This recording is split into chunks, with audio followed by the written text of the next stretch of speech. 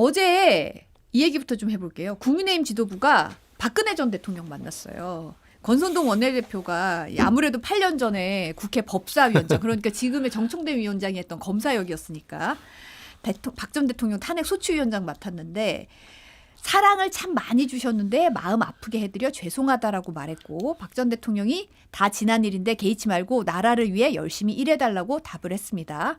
탄핵 이후에 두 사람 만난 게 이번이 처음이에요. 국민의힘 지도부가 대구로 간 까닭이 뭡니까? 그 이전에 이제 이명박 전 대통령을 찾아뵀었고, 네, 그다음에 지난달에. 이번에 이제 그 박근혜 전 대통령을 만나러 갔는데, 뭐 당 지도부가 어쨌든 우리 보수가 배출한 대통령들이니까 찾아뵙는 거는 뭐 얼마든지 할 수 있다라고 생각을 해요. 근데 시기가 문제죠. 시기가. 애진작에 하셨어야죠. 하시려면. 근데 보면 뭐 제가 아침에 어떤 방송에서도 얘기했습니다만, 우리 당에는 박근혜 대통령과 이명박 전 대통령의 사진이 없어요. 거기 걸려 있는 거는 이승만, 그리고 박정희, 김영삼 대통령 세 분만 사진이 걸려 있습니다. 그럼 그렇게 만약에 진짜로 우리 당의 자랑스러운 전직 대통령 내지는 우리 보수 출신으로서 우리가 받들어야 된다라고 생각을 했으면 사진은 거셔야죠. 그리고 그 이전에 찾아뵀어야죠. 뒤늦게 8년 만에 찾아가서 그때 소추위원장 하셨던 분이 갑작스럽게 저를 사랑해 주셨는데 뭐 이렇게 얘기하는 건 너무나 뭐랄까 속된 말로 좀 속이 보이지 않느냐 이런 느낌이 들고요. 그리고 찾아간 이유조차도 저는 좀 이상해요. 왜냐하면 가서 하는 얘기가 누가 봐도 명백하게 특정인을 공격하기 위해서 그 얘기를 끄집어내기 위해서 간 것 같거든요. 이거 무슨 사전선거 운동하는 겁니까 지금? 예?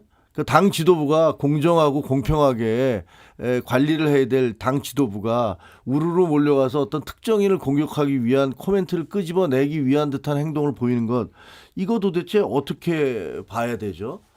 지난번 대표 경선 때도 그때도 대표 경선하는데 용산이 개입을 해서 뭐 특정 후보를 지지를 한다, 특정 후보는 안 된다라고 얘기하면서 선거를 치렀었잖아요.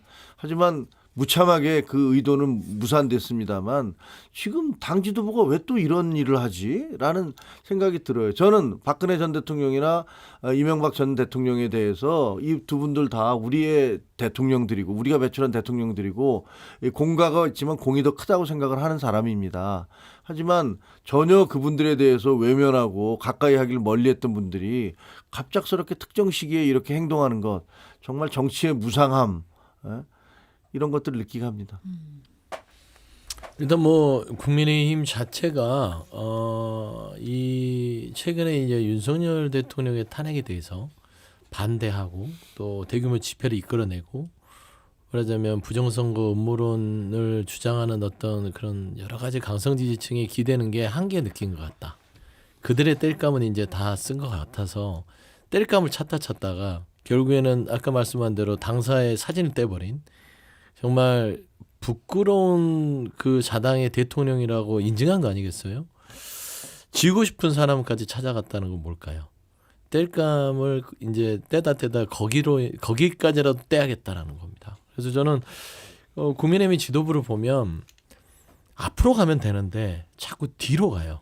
그러니까 미래가 없는 집단 같다. 통상 사람은 과거에 잘못됐으면 과거에 잘못된 걸 고쳐서 앞으로 가려고 노력하는 것인데, 이상하게 이 국민의힘은 잘못된 부분들을 계속해서 끄집어서 잘못된 길로 가는 그런 느낌이 들거든요. 예를 들면은 다시 태극기로 가요.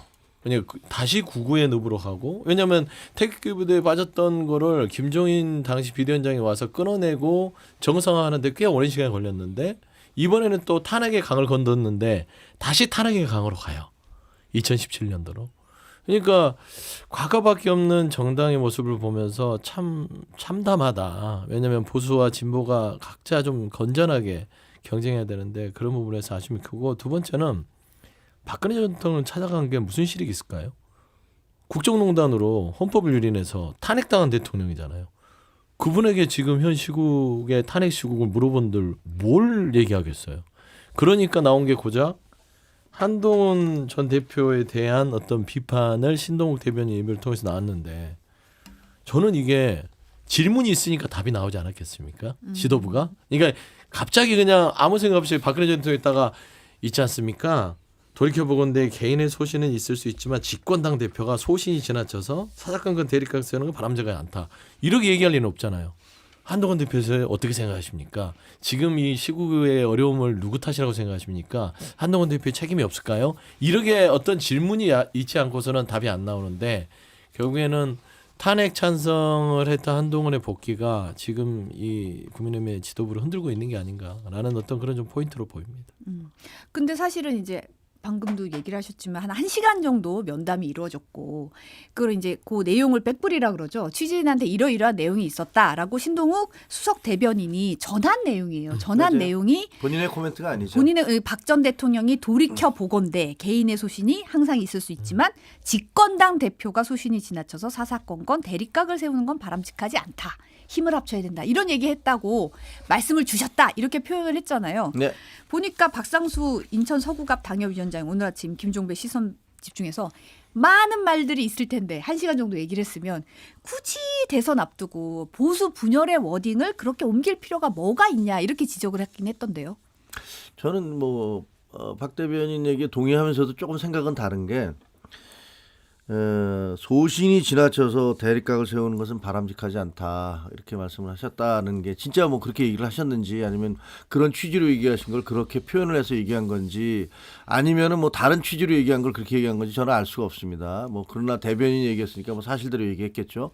근데 느낌이 뭐냐면 제가 우리 당이 소신이 부족해서 문제가 있는 게 아니에요. 제가 보기에 우리 당은 소신이 없는 사람들이 너무 많아서 문제입니다. 그 대통령한테 대통령이 잘못되면 대통령님 이렇게 하시면 안 됩니다. 이러면 민심이 떠나갑니다라고 많은 사람들이 얘기했어야 돼요. 윤석열 대통령의 수많은 정책들 가운데서 예를 들면 의정 갈등이라든가 혹은 무슨 R&D 예산 삭감이라든가 아니면은 그 여사 문제라든가 그리고 또 국방장관을 호주 대사로 보낸다라든가 뭐 여러 가지 논란들이 있었을 때 이런 것들에 대해서 아무도 얘기를 안 하잖아요.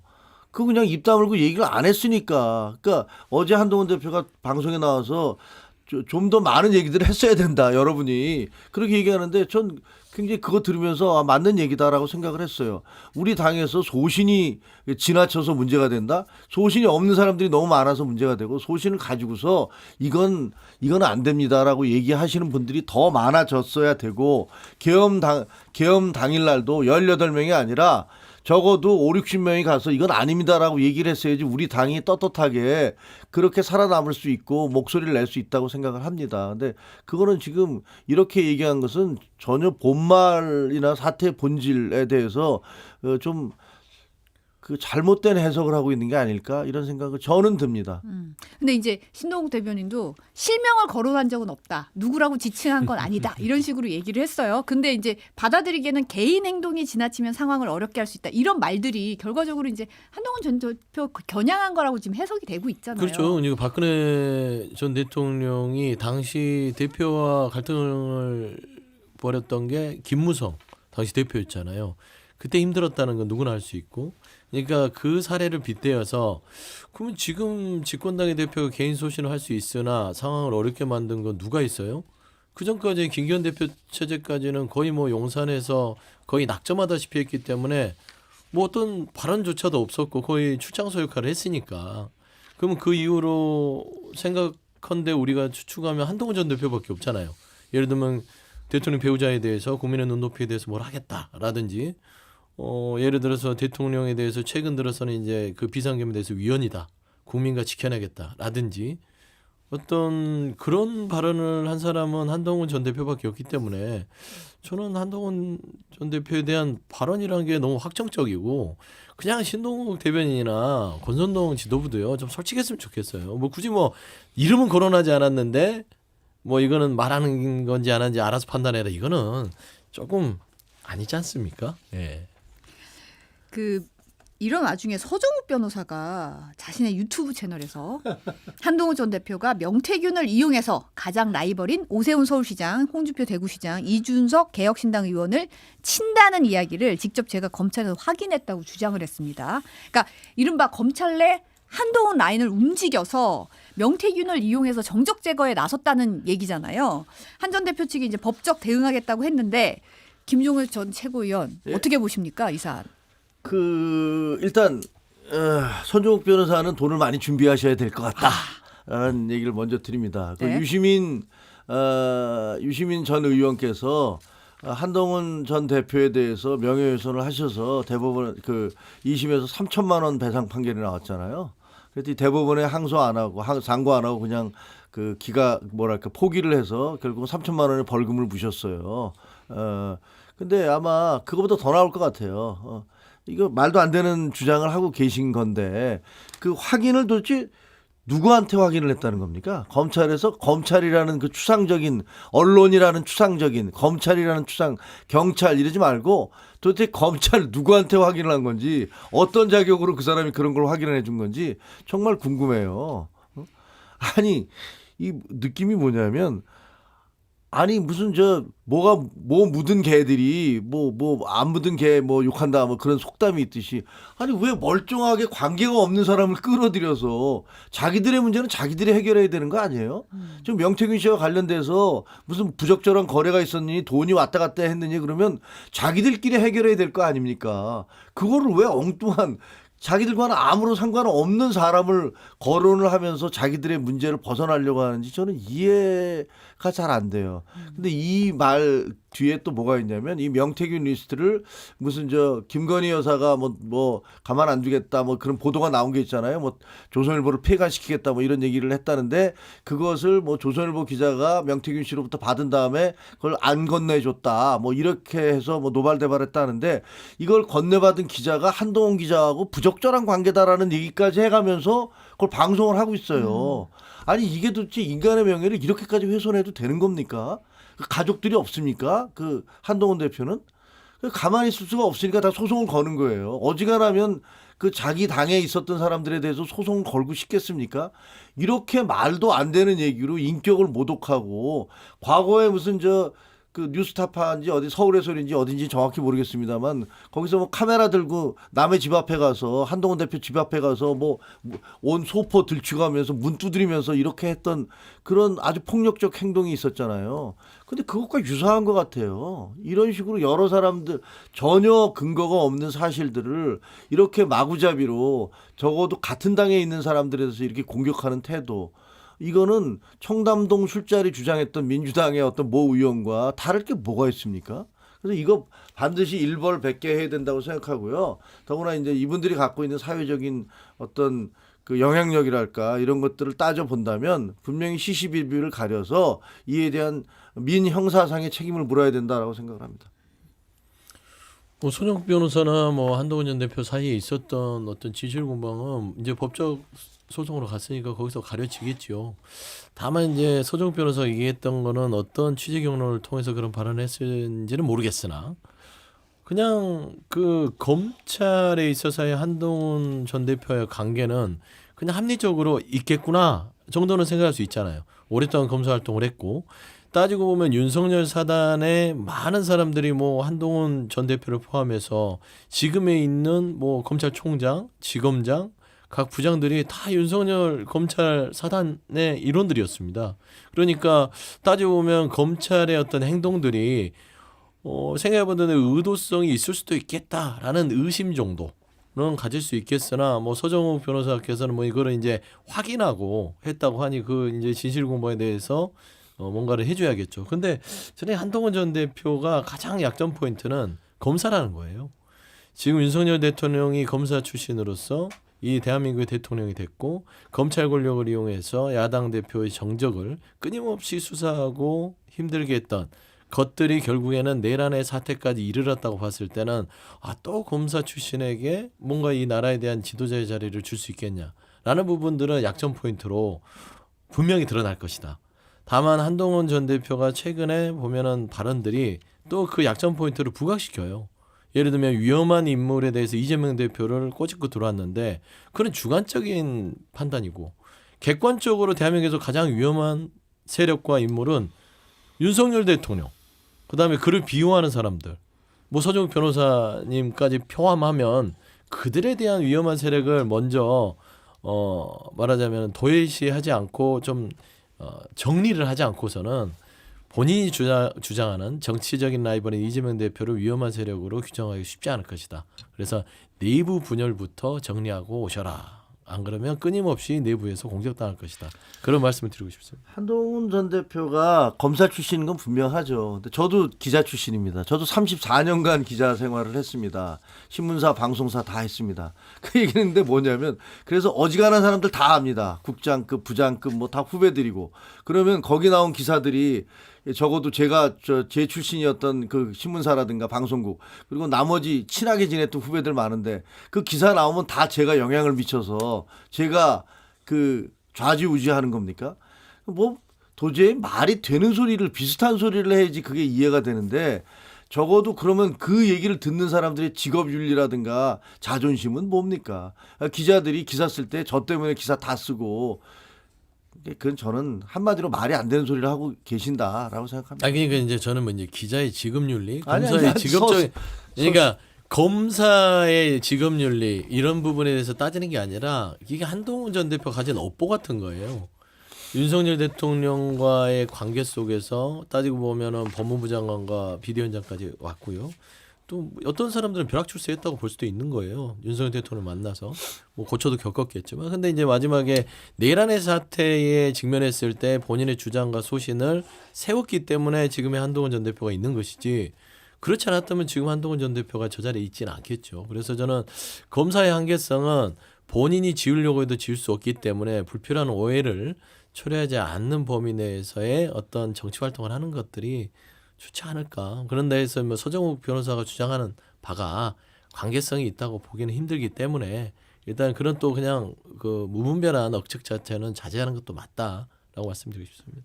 방금 김종효 최고위원이 언급한 매체는 더 탐사였음을 또 제가 잘못 얘기했네요. 잘못 얘기해서요. 제가 좀 사실 뭐 비슷비슷들 하시니까 죄송하게 또 매체 입장에서는 이건 좀 민감한 그럼요. 문제여서 더 탐사였으면 제가 아무리 또 그래도 뭐 잘못되면 말씀을 드립니다. 근데 이제 JTBC 보도 나온 게 이제 명태균 씨가 검찰 조사에서 뭐 내가 얘기하면 우리나라 정치인들 다 많이 잡혀간다 이렇게 얘기하면서 내가 이렇게 만들어줬으니 한동훈 전 국민의힘 대표가 나한테 뭐 해줘야 되는 거 아니냐 뭐 이런 얘기했다는 보도가 나왔거든요 사실은. 이런 보도가 나오니까 이제 옳다구나 했고 그거 봐 그 명태균의 배우 지금 있잖아요 그 강성 그 대통령 지지자들의 사이트에서는 야 명태균의 배우에 한동훈이가 있어 한동훈이가 다 지시해서 저거 하고 있는 거야 이런 얘기를 막 돌고 있거든요. 근데 이 명태균 씨 얘기를 들으면서 제가 어떤 생각을 했냐면 이렇게 어떤 회사에 임원들이 있어요. 임원이 여러 명이 있는데 밑에 브로커가 있어. 브로커가 와서 임원들한테 제가 납품 이렇게 싸게 해드리고 그 대신에 킥백서로 해갖고 제가 좀 드릴게요. 이러면서 거래를 했다고 쳐봐요. 근데 임원 4명 중에서 한 사람은 이게 무슨 소리예요? 그래서 다 끊어버렸어. 몰라. 나머지 3명은 다 거래를 했어. 근데 나중에 이게 문제가 됐어. 그래서 이 사람 3사람이 다 임원에서 승진해서 탈락되게 생겼어요.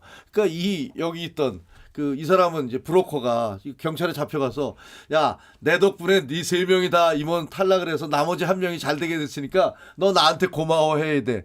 이렇게 주장하는 것과 똑같은 거예요. 논리적으로 말이 전혀 되지 않는 주장이죠. 자기가 저지른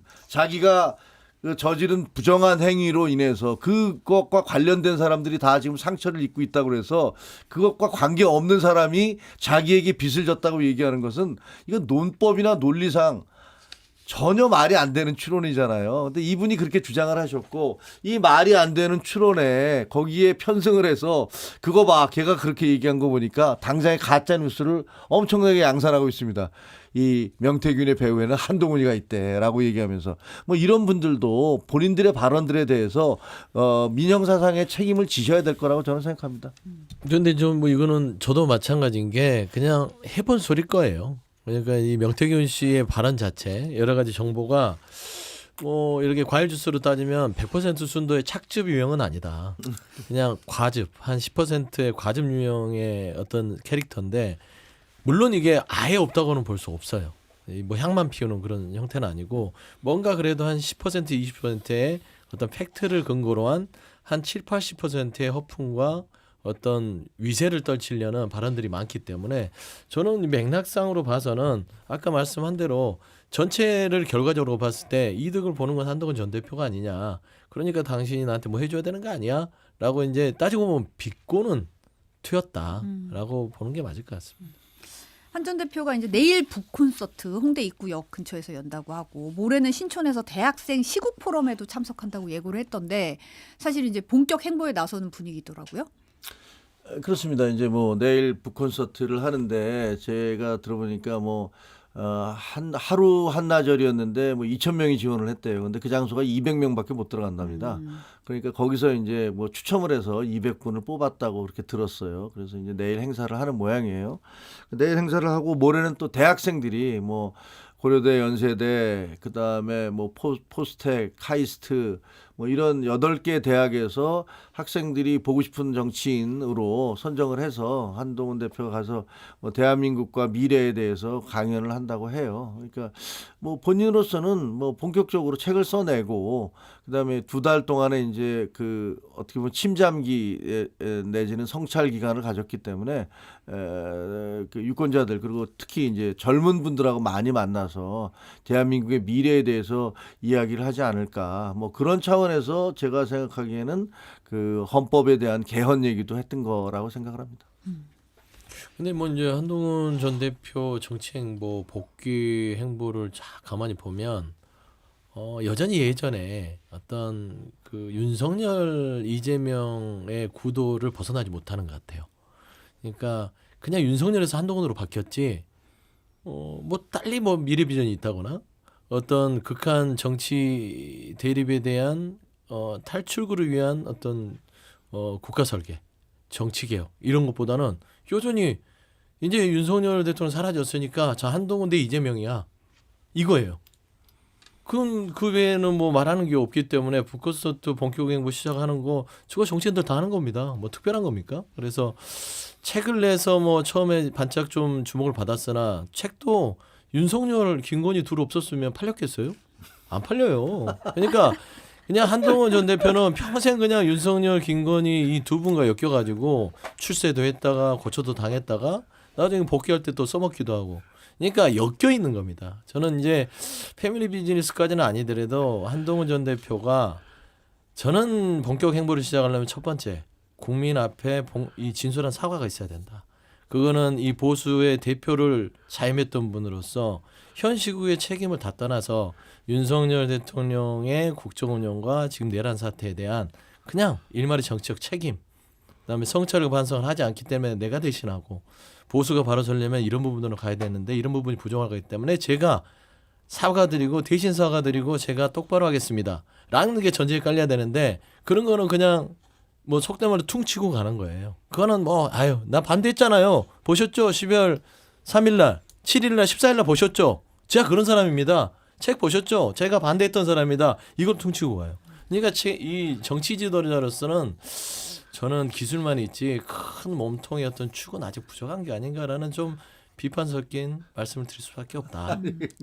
아니 도대체 윤석열 대통령한테 그렇게 시달림을 당하고 대표가 될 때도 그렇게 고초를 겪고 그래서 쫓겨난 다음에 그때 있었던 일을 쓰면은 그게 윤석열과 관계된 거를 쓰니까 윤석열과 엮여 있다 이런 식으로 얘기를 하시면 그러면 이재명 대표와 관련해서 그 이재명과 만났던 김경수 그리고 김동연 그리고 임종석 이런 사람들 다 이재명과 엮여 있다. 또 이재명과 있으니까 이재명 대표를 비판하는 사람 그렇게 얼마든지 할 수 있는 거 아닙니까? 제가 보기에는 그 거의 억지에 가깝지 않나 저는 그렇게 생각을 합니다.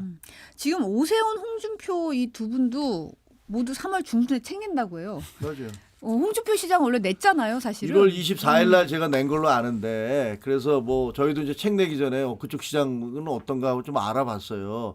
근데 차마 제가 뭐 그 매출 부수에 대해서는 말씀하지 않겠습니다. 근데 뭐 책 내시는 거에 이제 그 조기 대선에 대한 확증을 갖고 계셨기 때문에 내는 거 아니겠습니까? 3월 중순이라고 그렇죠. 하더라고요. 탄핵에 대한 여러 가지 법률적 검토도 나름대로 두 분은 끝냈다고 봐요. 이거 탄핵 인용이구나 8대 0으로. 그렇기 때문에 책을 내고 본격 행보를 하는 것인데 저는 뭐 걱정되는 건 뭐 책 팔리는 거야 본인들이 알아서 할지 문제고 3월 중순이면 명태균의 어떤 이슈가 모락모락 한참 피어오를 텐데 그 책이 명태균에 묻히지 않을까. 저는 그런 좀 걱정도 됩니다. 지금 김태훈 충남도지사가 SNS에 한 전 대표가 저를 포함한 당 소속 광역단체장들이 윤석열 대통령 탄핵이 필요하다는 강경 입장을 밝혔다. 이게 책에 쓴 것은 사실이 아니다고 반박을 했더라고요. 야, 근데 이거는 야 요새는 완전히 위부터 아래까지 사실이 아닌 것들을 그냥 얘기하시는 게 일상화됐구나. 뭐 우리가 요새 일상계엄, 비상계엄 별 얘기가 다 하지만 그 거짓말의 일상화라고 하나? 그 좀 도저히 이해가 안 돼요. 왜냐하면요, 그 탄핵이 필요하다 강경 입장을 밝힌 게 사실이 아니다라고 했는데 여기 제가 지금 보면요, 조선일보에 그 12월 13일 날 오세훈, 김태흠, 김영환, 유정복 여 단체장 탄핵 찬성으로 입단 선회. 그게 그때 기사 크게 나왔었어요. 본인이 그 탄핵을 찬성하는 걸로 얘기를 하셨고 심지어는요 12월 23일 날 중앙일보 보도에는 대통령이 탄핵 그 심판 서류를 받지 않고 있는 것은 당당하지 못하다라고 김태흠 충남지사가 얘기를 하셨었어요. 그렇게 얘기해서 보도가 다 나갔었는데 만약에 그게 사실이 아니라면 당장에 그때 나는 이게 사실이 아니다라고 얘기했어야 되잖아요. 근데 그때는 가만히 있다가 나중에 지금 와서 뭐 탄핵 반대 여론이 또 좀 올라가고 뭐 이러니까 거기에 편승해서 나는 그때 얘기했던 거 아니야라고 말씀을 하신다면 글쎄 이게 요새는 진실이라는 게 뭔지, 예?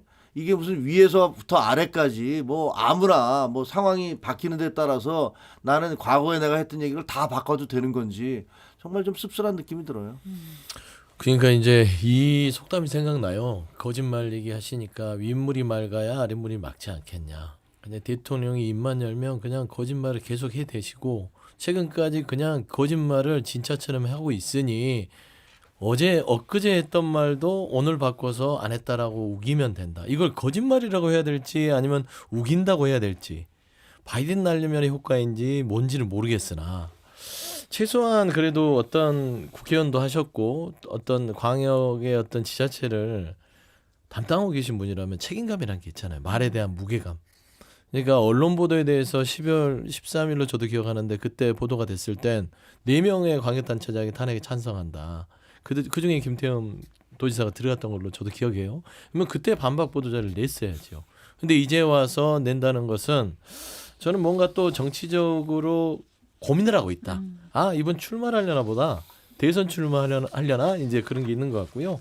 저는 이제 외람되지만 거짓말한 정치인은 퇴출당해야 돼 마땅한데 이걸 제도화해서 거짓말 삼지에 나오치해서 거짓말 3번 걸리면 즉시로 그 자리에서 물러나게끔 하는 그런 좀 정치도 필요하지 않을까. 거짓말이 너무 만연됐어요. 정말 스트레스입니다. 그 사실은 이제 국민의힘 당내 분위기를 좀 읽을 수 있는 대목이 아닌가 약간 이런 생각도 좀 들긴 하거든요.